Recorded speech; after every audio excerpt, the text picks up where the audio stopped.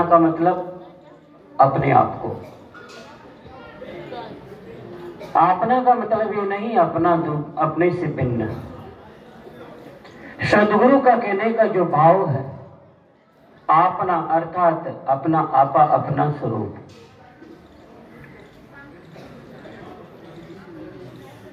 अब यहां कहा गया करो जीव का सार। आप विचार कीजिएगा कि जीवन का सार क्या है। परिवार जीव का सार है। देखो दूध का सार क्या है? दही। जब दूध को तपा करके जब जमाया जाता है तो दही बनता है, और दही का जब मंथन किया जाता है तो मक्खन निकलता है, और मक्खन को तपाने के पश्चात क्या आता है? घी। अच्छा, घी को तपाओ तो क्या निकलेगा? सार के ऊपर कोई सार नहीं होता है, और सत्य के ऊपर कोई सत्य नहीं होता है। सत्य ही सार होता है, और सार ही सत्य होता है। तो हमें जीवन में दो चीजें जाननी है। यहां पर जो हमारे साल यहां पर पहुंचते हैं तो क्या जानना चाहिए? सदगुरु कहते दो चीजें जानना चाहिए। एक तो अपने आप को जानो, और इस मनुष्य जीवन में आने का हमारा मूल कर्तव्य क्या है, मूल उद्देश्य क्या है, ये दो चीजें जाननी है। इसलिए सदगुरु कहते हैं कि आने का घाट कौन, जाने का बाट कौन, कहो जी कौन कहां से आया है। जीव कौन, शिव कौन, माया कौन, कौन में कौन बुलाया है। कहीं कबीर इतना ही नहीं जाना तो इस नरदेह में क्या जक मारने को आया है।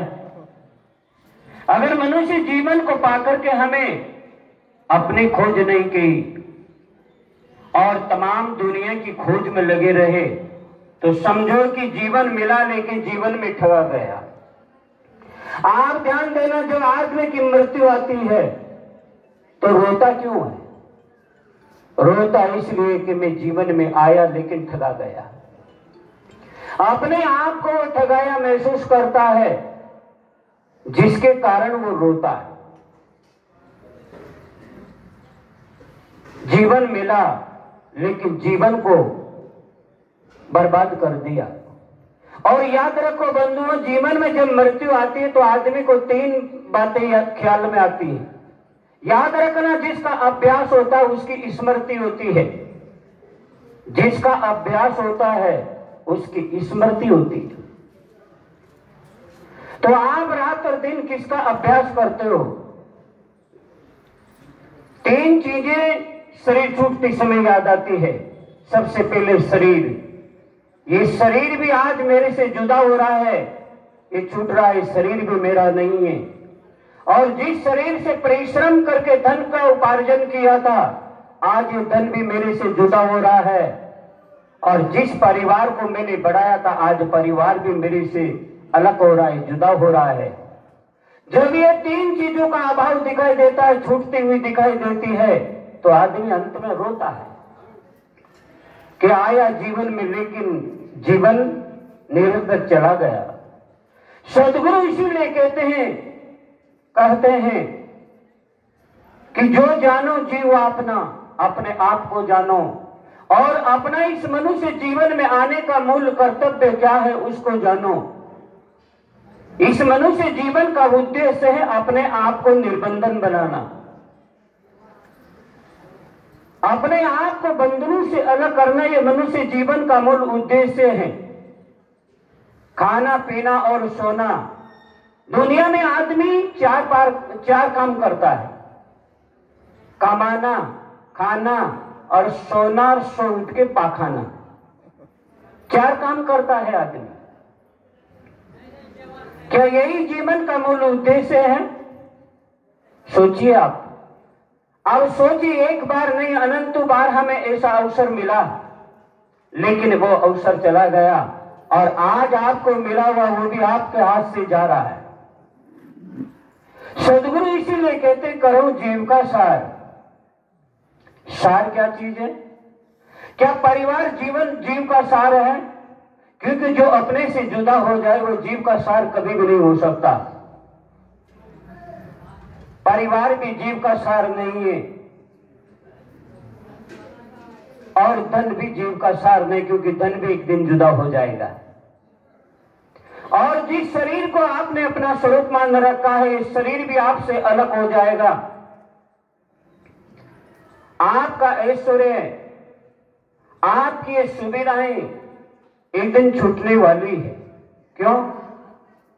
हमारे में सबसे बड़ी गलती यही है कि संसार है नाशमान और आप है अविनाशी, और नाशमान और अविनाशी का हम संग साथ करना चाहते हैं। अनादिकाल के जगत में नाश और अविनाशी का कभी भी संग नहीं हुआ है, क्योंकि है स्वरूप से विजाती, तो संग कैसे होगा? आप ज्ञान स्वरूप है और जगत की जितनी भी चीजें हैं वो जड़। तो नाशमान और अविनाशी का कभी नाशमान सो ना रहे, अविनाशी सो न नसाए। नाशमान सदा रहने वाला नहीं, क्योंकि परिवर्तनशील है, बदलने वाला है।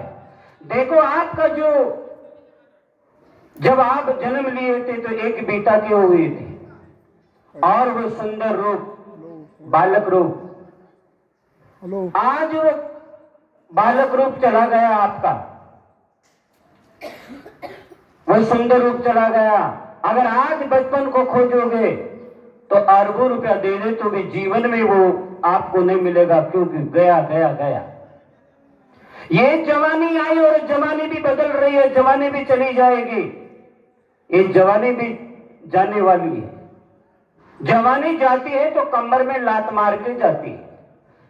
आदमी जवानी का नशा में कैसे चलता है, सीना तान करके, और जब जवानी चली जाती है तो कमर लूज हो जाती है।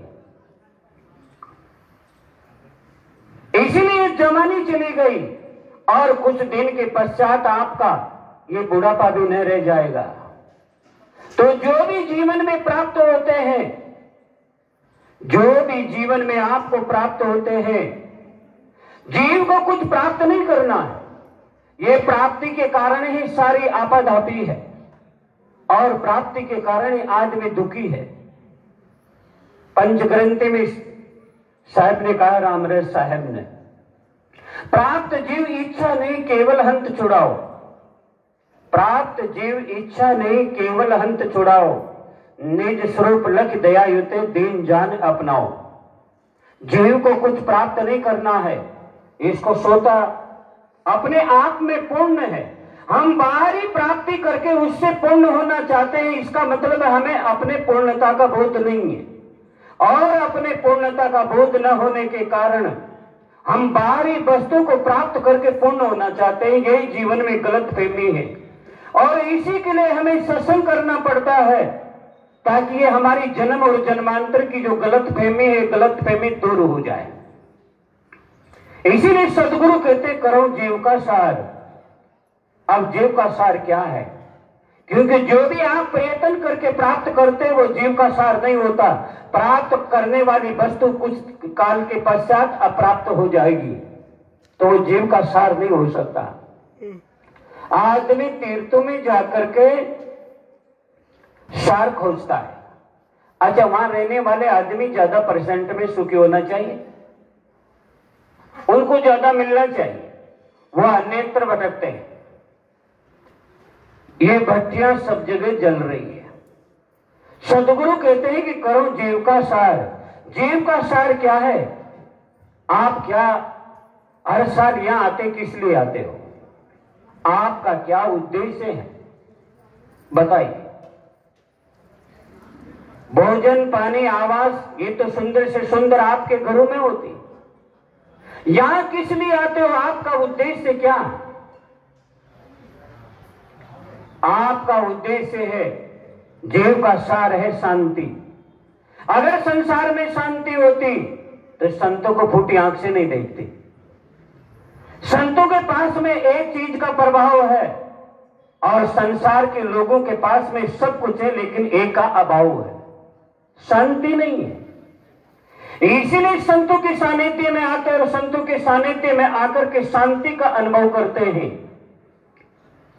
शांति हमारा जीवन का सार है। आप विचार करिए कि शांति क्यों चाहते हो आप, क्यों चाहते हो आप शांति? क्योंकि आपका स्वरूप ही संत स्वरूप है, आपका स्वरूप संत स्वरूप है। क्योंकि जो कारण में होता है वही कार्य में आएगा। तो आपका जो स्वरूप है वो शांत स्वरूप है। अब अशांत क्यों हुए, ये भी प्रश्न होता है। आप अशांत क्यों हुए? अशांत होने का कारण है कि विजाति से लगाओ। हम विजाति को पाना चाहते हैं और विजाति को पाने के कारण हम सो से भटक जाते हैं। सदगुरु इसीलिए कहते हैं करो जीव का सार, जीव का सार है। घर में देखो आप, कई भक्तों के घर में भी अशांतियां फैलती हैं। ये क्या है? ये अज्ञानता का ही परिणाम है। जो जितने भी दुख निर्मित होते हैं उसका कारण है अज्ञानता, अविद्या, अज्ञान। और जब ज्ञान हो जाए, ज्ञान हो जाए तो जीवन सुखी हो जाता है, जीवन शांत हो जाता है। तो पहचान है। क्योंकि जीवन अगर प्रसन्न है तो समझो कि जीवन में कुछ उपलब्धि आई है। दुखी होने का प्रमाण है कि ये आदमी अशांत है। जब कोई आदमी चेहरा उतार करके बैठा होता है, लटका हुआ चेहरा, आप क्या कहते हैं? भाई साहब क्या बीमार है क्या, कोई तकलीफ है? क्यों जाना आपने? चेहरे को देखा। चेहरे से भी आदमी को पता चल जाता है। सुखी आदमी की पहचान है प्रसन्नता। अगर जीवन में प्रसन्नता का मतलब ये नहीं कोई हमारे मन इच्छित वस्तु मिल गई तो प्रसन्न हो गए। ये अल्प प्रसन्नता है, ये सदा रहने वाली नहीं है।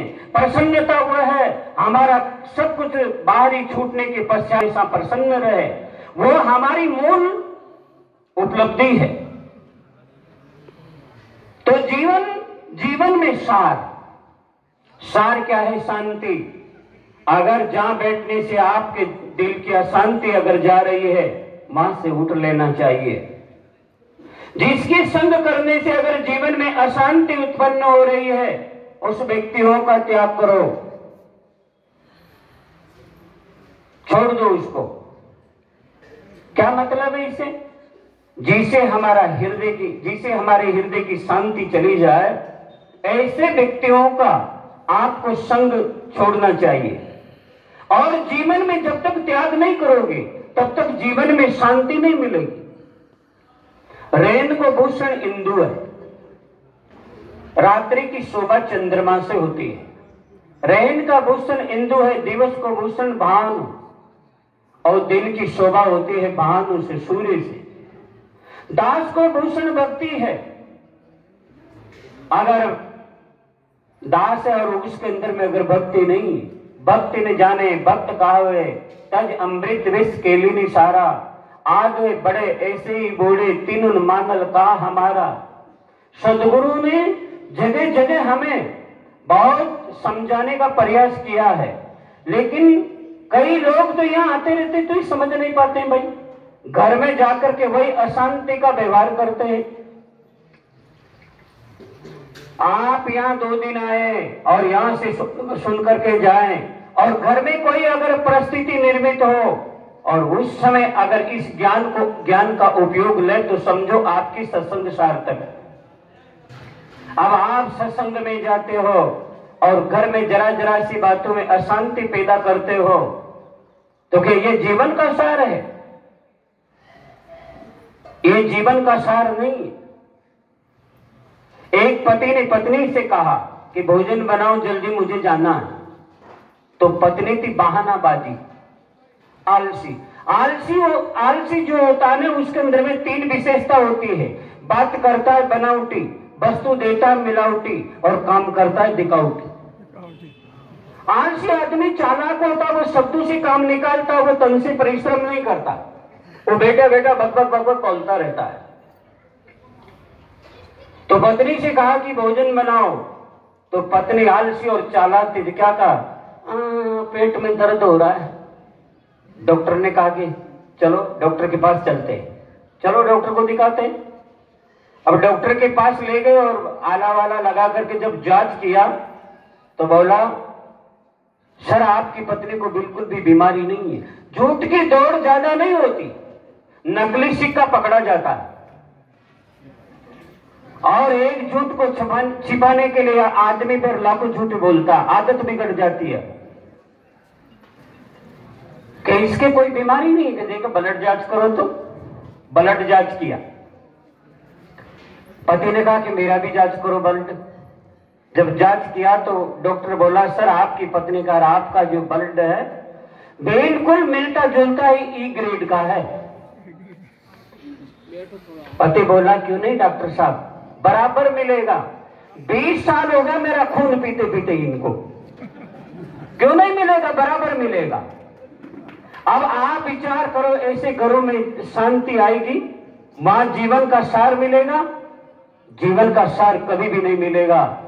सदगुरु कबीर साहब इसीलिए कहते जो जानो जीव अपना, अपने आप को जानो। और इस मनुष्य जीवन में आने का हमारा लक्ष्य क्या है, हमारा उद्देश्य क्या है, उसको पहचानो। जीवन में ज्यादा जानने की जरूरत नहीं है। 70वीं नवेली में सदगुरु क्या कहते, बोलना कासो बोलिए रे भाई, बोलत ही सब तत्व नशाई, बोलत बोलत बाढ़ विकारा, सो बोले जो पड़े विचारा, मिले संत वचन दो कहिए। अब प्रश्न होता है कि 2 वचन क्या कहना चाहिए, कितना गजब का गहरा भाव है सदगुरु का। मिले संत वचन दो ही कहिए, 2 वचन बोलो, ज्यादा मत बोलो, अगर संत मिल जाए तो। क्या बोलना चाहिए जी? सदगुरु से प्रश्न करना चाहिए, गुरुदेव मेरा जन्म और मरण का चक्कर कैसे छूटेगा, ये अनादि का चला आया है। सिर्फ 2 बात, मिले संत वचन दुई कहिए, 2 वचन। मेरा जन्म और मरण का चक्कर कैसे छूटेगा गुरुदेव। और इसी के लिए संत गुरुजनों के पास में आया जाता है, और संत गुरुजनों के पास में आकर के हम सार, जो हमारा निजी सार है, उस सार अर्थात शांति को प्राप्त कर सकते हैं। ये संत गुरुजन हमें यही संदेश देते हैं, एक उपदेश देते हैं, और इनको हम अपने हृदय में धारण करें, उसी से हमारा जीवन सुंदर होगा, व्यवस्थित होगा, और तभी सत्संग में आना हमारा सार्थक होगा। मैंने थोड़ी देर निवेदन किया, मैं मेरी वाणी को विराम देता हूँ। प्रेम से बोलो श्री सद्गुरु देव की, संत समाज की।